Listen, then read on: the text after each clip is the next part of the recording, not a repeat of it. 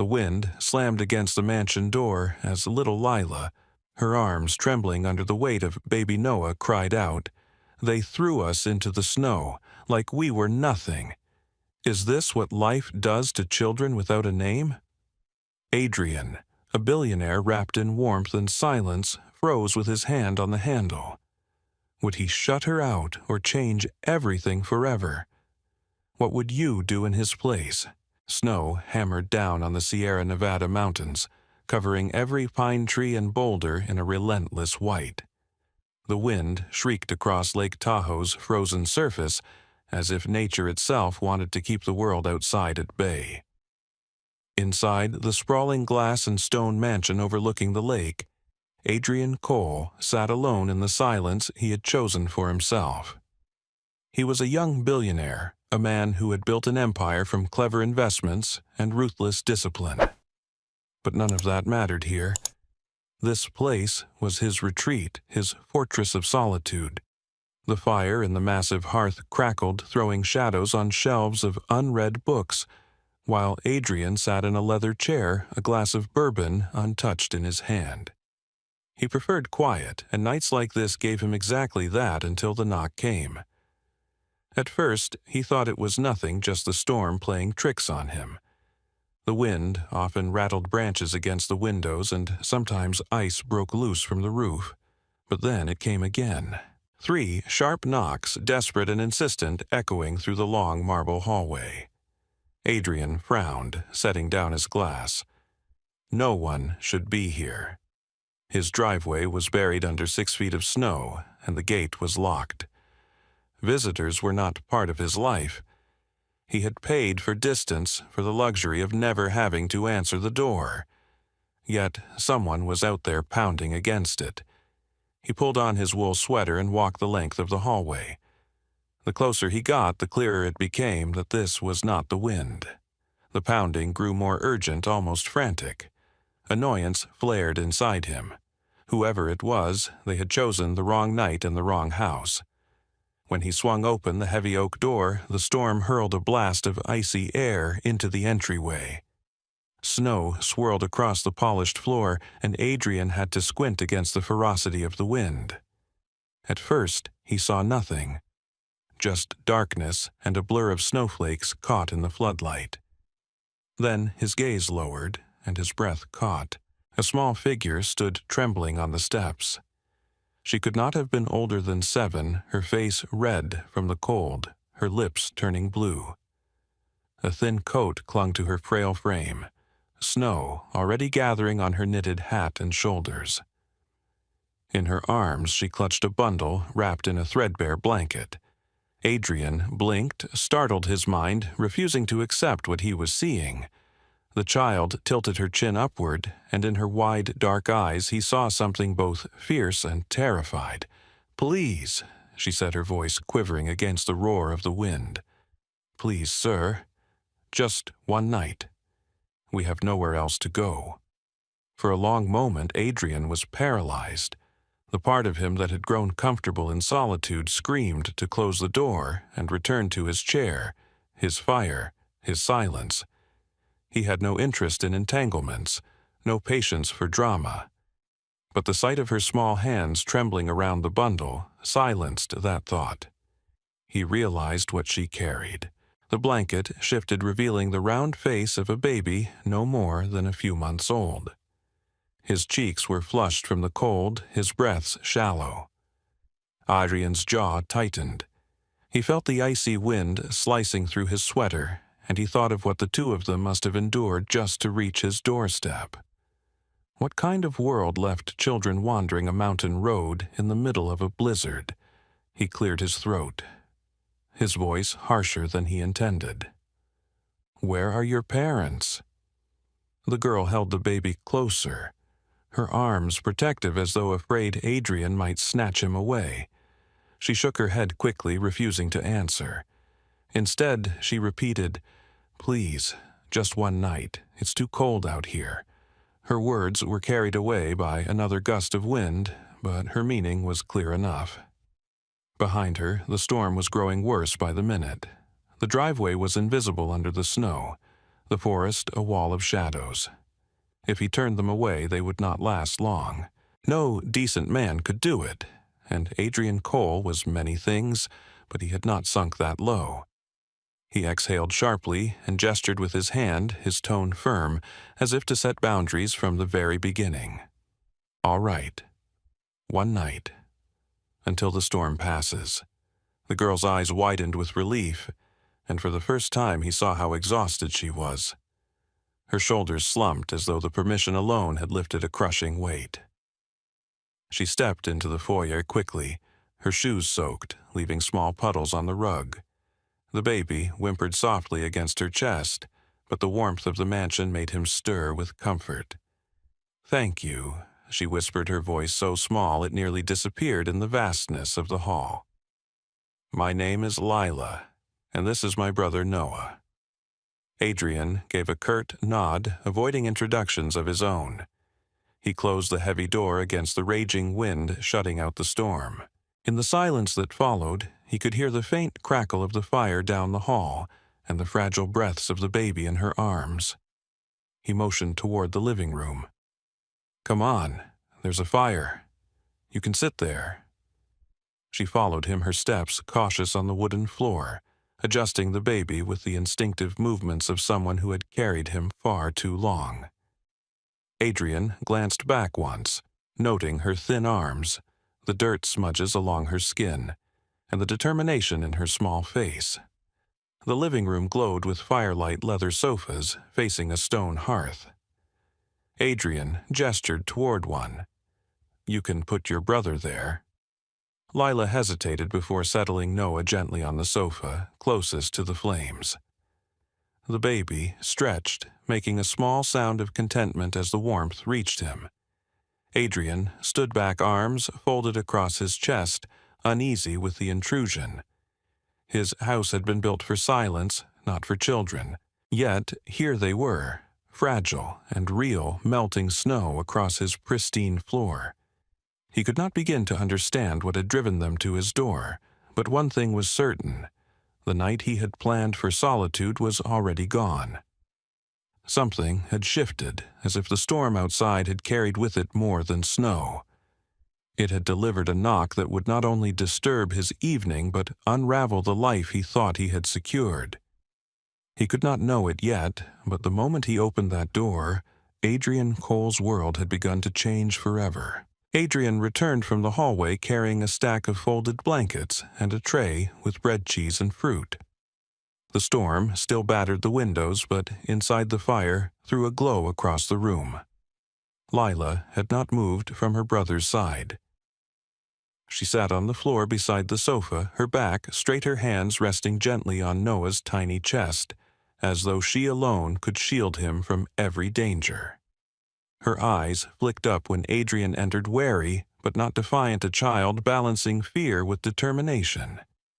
"You should eat, Adrian," said, setting the tray down on the coffee table. He tried to keep his tone practical, detached. Yet, even as he spoke, his gaze fell on the girl's thin arms, the hollows at her temples. She nodded, but she did not immediately touch the food. Only when Noah shifted and let out a soft cry did she take a piece of bread, nibbling carefully, as if afraid to consume too much at once. Adrian placed the blankets on the arm of the sofa. "Wrap yourselves. That coat won't keep you warm for long." Lila obeyed with quiet obedience, though she never turned her attention fully away from her brother. She adjusted the blanket around him before pulling another over her own shoulders. He noticed how natural the movement was, practiced, as if she had done this countless times before. It struck him that she was not acting like a child, but like a caretaker, and that realization unsettled him more than the storm outside. After a few minutes of silence, Adrian found himself asking questions he had not intended. "How long have you been walking?" His voice was low, not unkind. Lila chewed slowly before answering. "A long time." "I saw your lights through the snow." He frowned. "You walked with a baby in this weather." From where she hesitated, her eyes flickering to Noah, as if weighing what to reveal. Finally, she whispered, "We had to leave the place we were staying. They didn't want us anymore." The words were blunt, stripped of detail, but the weight behind them pressed on Adrian. He recognized the careful way she avoided saying too much, a habit learned from necessity. He wanted to push for answers to know who could cast two children into a storm, but her guarded face warned him to tread carefully. For reasons he did not understand, he respected that boundary. The fire crackled, filling the silence. Adrian's mind circled back to his own childhood. Cold nights in a boarding house, the memory of being left waiting for a parent who never came. He had buried those memories under layers of wealth and control, yet something in this girl's composure dragged them back to the surface. He cleared his throat, forcing the emotion away. "You'll stay here tonight. Tomorrow we'll see what can be done." At that, Lila's eyes flicked to him sharply. "We don't want trouble. We just need a place until it's safe." The firmness in her voice startled him. He had expected gratitude or perhaps more fear, but what he heard was determination, the voice of someone used to fighting for scraps of safety. It unsettled him, yet it also stirred something else, an unwilling admiration. He turned toward the sideboard, pouring water into a glass when a sound broke the uneasy calm. Noah whimpered again, louder this time, his tiny chest rising and falling too quickly. Lila leaned over him, her hand against his forehead. The look on her face changed in an instant, the bravado melting into raw fear. "He's hot," she whispered almost to herself. Then louder to Adrian, "He gets sick when it's this cold, but it always passes." Adrian crossed the room before he realized what he was doing. He bent closer, placing his palm against the baby's skin. Heat radiated from the small body far too much. His heart tightened with alarm. "He's burning up," he muttered. "This isn't something that just passes." Lila shook her head quickly, clutching Noah tighter. "If we go to a hospital, they'll ask questions. They'll take him away from me. They'll separate us." Her words spilled out sharp and desperate. Adrian stared at her, stunned by the depth of her fear. She was only a child, yet she spoke like someone who had already seen the system turn cruel. For a moment he hesitated, torn between reason and empathy. He had lived years protecting his solitude, refusing responsibility for anyone else. He had no business entangling himself in whatever nightmare had driven these children to his door. But then Noah coughed a thin rattling sound that cut through every excuse. Adrian knelt to Lila's level, lowering his voice. "Listen to me. He needs a doctor. Without treatment, he could get worse. I will not let them separate you. Do you understand? I'll say you're with me. I'll find a way." He was surprised by his own words, but he meant them. Lila's wide eyes searched his face, looking for any hint of betrayal. Seconds stretched into an eternity before she gave a small nod. "Promise," she whispered. "I promise," Adrian said firmly. Within minutes, he had bundled Noah in extra blankets and pulled one of his own heavy coats around Lila, the sleeves far too long for her small arms. They moved through the hallway toward the garage, the storm howling against the walls.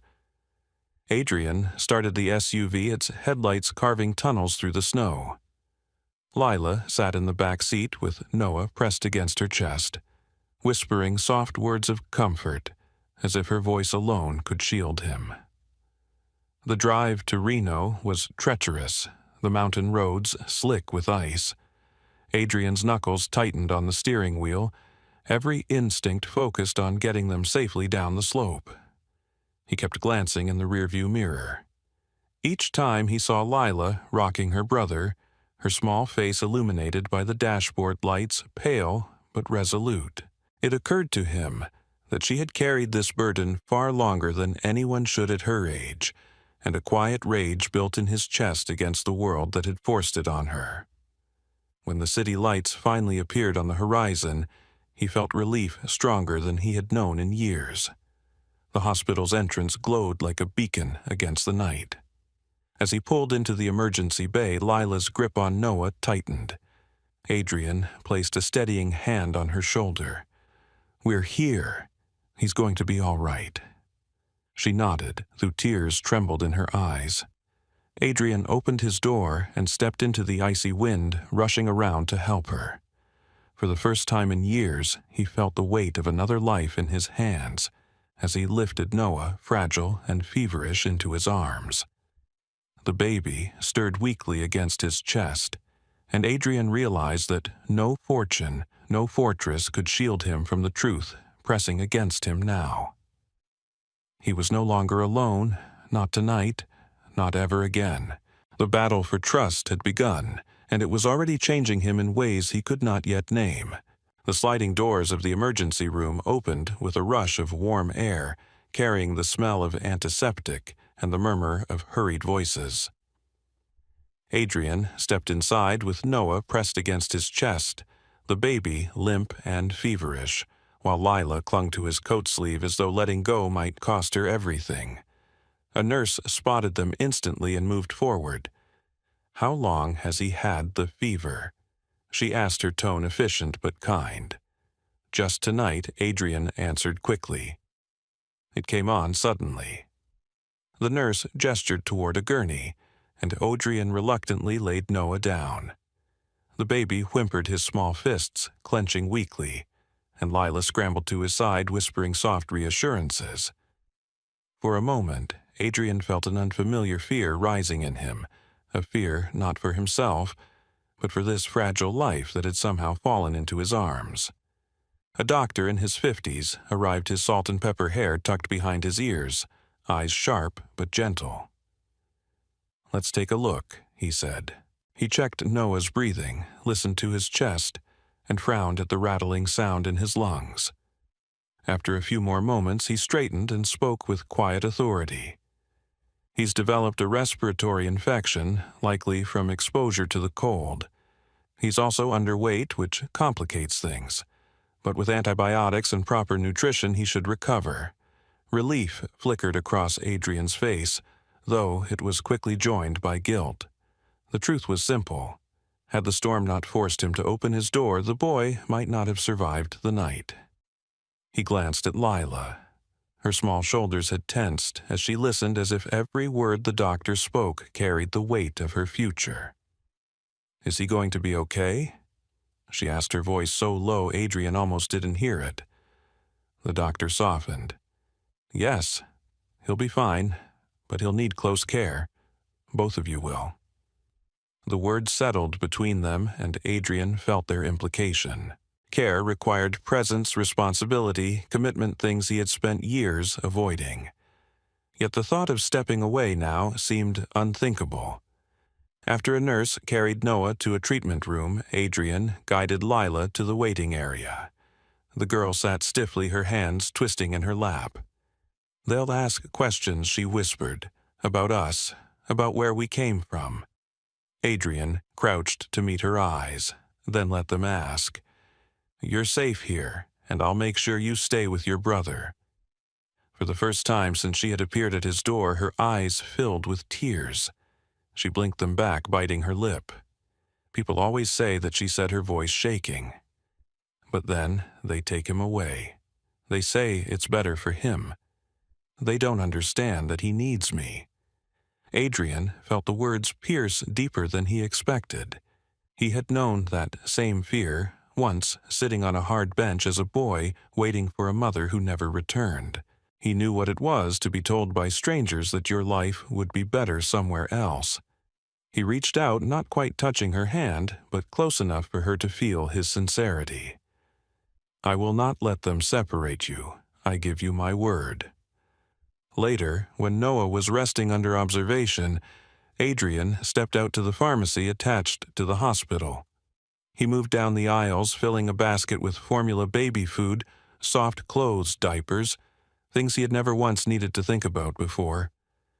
To anyone watching, he must have looked like a new father, fumbling his way through responsibility. and maybe in some way he was. On his way back through the hospital corridor, he noticed a woman in a navy blazer studying him. She carried a clipboard, her badge identifying her as a social worker. She smiled politely, but her eyes were sharp. "Mr. Cole, isn't it? I understand you brought in the children." Her tone was professional probing. Adrian's instinct for business dealings kicked in. He kept his expression neutral. "Yes. I found them near my property in the storm. They needed help." The woman nodded, jotting a note. "It's unusual for two minors to appear without guardians. We'll need to confirm their circumstances and ensure they're placed safely." Her voice was even, but Adrian caught the implication they could be taken separated, lost to the system. He felt a surge of protectiveness he hadn't anticipated. "I'm looking after them," he said firmly. "At least until things are clear. They're staying with me." The words left his mouth with more certainty than he had imagined possible. The social worker tilted her head, studying him as though testing whether his resolve was genuine. "That's generous," she said finally. "We'll be in touch." When Adrian returned to Lila's side, he found her sitting close to Noah's bed, her small hand resting protectively on his arm. The baby was already breathing easier, the medication taking effect. Lila looked up her eyes, searching Adrian's face for signs of what had been said. He set the bags down quietly and crouched beside her. "He's going to be all right," he said softly. "I got what he needs. And I'm not leaving you." Her eyes widened, disbelief mingled with fragile hope. She didn't speak, but after a long moment she allowed her hand to brush against his, tentative and trembling. The gesture was small, but to Adrian it felt monumental. That night, as they left the hospital with Noah bundled in his arms and Lila walking close beside him, Adrian realized the line had been crossed. He was no longer the man who had chosen distance, who had valued silence above all else. The storm had carried more than snow to his doorstep. It had delivered two lives that now anchored his own. And, with every step back toward the waiting car, he knew with unshakable clarity that he would not let them slip away. Back at the mansion, the days began to unfold with a rhythm Adrian had never known.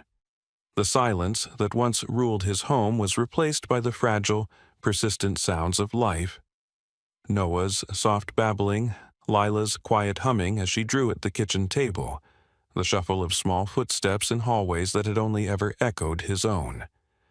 The transformation unsettled him at first, but slowly he realized that what he had thought of as disruption was in truth something closer to healing.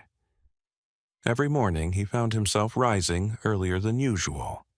The first light over Lake Tahoe streamed through wide windows as he carried coffee into the kitchen, where Lila often sat feeding Noah bits of fruit or trying to coax him into drinking warm milk. She would glance up when Adrian entered, her expression cautious, but no longer afraid, and each time she gave him a small nod as though acknowledging that his presence had become expected. That single gesture carried more weight for him than any corporate handshake ever had. Adrian began to notice the small things he once ignored. He stocked the pantry with groceries, chosen not for himself but for them, soft cereals, jars of mashed vegetables, fruit cut into small pieces. He bought clothes that actually fit Lila, her delight hidden behind shy gratitude, and blankets that didn't bear the stains of hardship. He found himself searching for recipes in the evenings, learning to cook meals that made her eyes light up, even if she never admitted they were her favorites. These adjustments, once unimaginable, came naturally now, as though some part of him had always been waiting for this role. Noah's recovery was swift, the baby's cheeks filling with color, his eyes growing brighter each day. Adrian discovered a strange contentment in holding him in, learning how to warm a bottle or calm a sudden cry. He fumbled, at first awkward and uncertain, but under Lila's quiet guidance he began to manage. Sometimes he would catch her watching him, her expression softened by something he recognized as trust. The sight stirred an ache in his chest. He could not name an ache both painful and sweet. Yet it was not only the children who were changing. Adrian felt it within himself, a gradual loosening of the iron walls he had built over the years. He noticed it in moments when he laughed without thinking, when he lingered to watch Lila's drawings take shape on the refrigerator door, or when he walked past the guest room at night and paused to listen to the steady breaths of two children sleeping safely under his roof. The mansion, once a fortress of isolation, began to feel less like a shell and more like a home. Still, doubts crept in. Adrian knew the law knew that their situation was precarious. Strangers could arrive at any moment and declare that what he was building here was not legitimate, that these children belonged in the hands of others. He spent late nights staring at the ceiling, wondering if he could ever be enough. Wealth could buy food and clothes, but could it buy belonging? Could it repair the kind of losses that left scars too deep to name? One evening, as snow melted in the garden and the first signs of spring touched the air, Adrian stood by the window, lost in thought. Outside, Lila was showing Noah a patch of early flowers, her laughter rising as the baby reached clumsily for a petal. The scene pierced him. For the first time in years, he imagined a future not defined by solitude but by shared moments like this: birthdays, school days, simple dinners together. The thought terrified him as much as it warmed him. Later that night, he found Lila arranging her new clothes in neat stacks inside the dresser. Each fold was precise, her small hands working carefully as though every item was a treasure. Adrian leaned against the doorway, watching silently until she noticed him. She turned, startled, her face flushing with embarrassment. "I like to keep them nice," she said softly. He swallowed the lump in his throat, realizing she was afraid of losing even these simple gifts. "They're yours," he said. "No one's going to take them away." The relief in her eyes at those words struck him harder than any business victory ever had. It became impossible to deny that these two children had shifted the foundation of his life. The man who had once chosen solitude now lingered in rooms filled with noise and color. The one who had built walls around his heart now found them cracking under the gentle persistence of a girl's trust and a baby's smile. And though he told himself he was still in control, Adrian knew the truth. Isolation had given way to connection, and there was no turning back. The morning sun spilled across the kitchen, golden and unrelenting, but Adrian barely noticed it. He stood over the stove, flipping pancakes the way he had learned over the past weeks, the scent of butter filling the air. It was a routine that had begun to feel strangely grounding, almost sacred. He glanced at the table where Lila sat with Noah, balanced on her lap, the baby giggling as she tried to feed him bits of mashed banana. The sound of their laughter filled the house like a song, and Adrian felt that familiar pull in his chest, the one that told him nothing about his life would ever be the same. He had always prided himself on control. Control over his wealth, his empire, his surroundings. But no amount of discipline could have prepared him for the moment that had been building silently since the stormy night when Lila had knocked on his door. Each day had been a brick laid in something new, something fragile yet unshakable. And now, standing with a spatula in hand, Adrian knew with certainty that he could no longer live with the thought of letting them go. When breakfast was finished, he found Lila watching him carefully. Her backpack worn and faded, the same one she had carried that first night rested by her chair. His heart tightened. She must have sensed his gaze because she spoke before he could. "The weather's good now," she said softly. "We don't want to bother you anymore. We'll leave today." The words struck him harder than any storm. Noah, oblivious, clapped his sticky hands against the table, but Lila's eyes betrayed a resignation that no child her age should ever carry. Adrian set down the plate, walked slowly to where she sat, and knelt so he could look directly into her eyes. You are not a bother, he said firmly. Not now, not ever. I don't want you to leave. She blinked, startled, her small hands tightening around her brother. But I heard you on the phone, she whispered. You were calling someone. You were going to send us away. The memory of that call with social services burned in him with shame. He had tried to do what was legally right, but it had nearly cost him her trust. You're right, he admitted, his voice raw. I was afraid. I thought maybe I wasn't the person you needed, but I was wrong. I see that now. What I want, what I need, is for you to stay. Both of you. For a long moment she simply stared at him, disbelief flickering in her wide eyes. Then, with a trembling voice, she asked, You mean, live here, with you? He swallowed hard, the weight of the decision pressing into him, but his answer came steady. Yes. Not just for now, forever. I want to be your family. The words hung between them heavy and life-altering. Lila's lips parted, her breath catching. You want to be our dad, she whispered. Adrian felt something inside him break and rebuild in the same breath. Yes, he said, his voice stronger than he expected. If you'll have me, I want to be your father. Lila's eyes shimmered with tears. She glanced down at Noah, then back at Adrian. And we won't be separated, ever, he shook his head firmly. Never, I promise. The promise was not just words, it was a vow that reached deeper than anything Adrian had ever given. For a man who had once chosen isolation, the admission was terrifying, but the sight of hope lighting Lila's face made it the only truth that mattered. Slowly, cautiously, she reached out her small hand and touched his cheek, as if to test whether he was real. Thank you, she whispered, her voice breaking. In that instant, Adrian realized she wasn't just thanking him for shelter or food.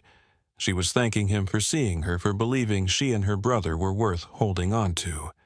The weeks that followed were filled with movement and noise. Adrian called his lawyer, began the legal process, answered every form and interview with determination he once reserved for business deals worth billions. The mansion, once pristine and empty, became alive in ways it had never been before. Sloane's artwork covered the refrigerator.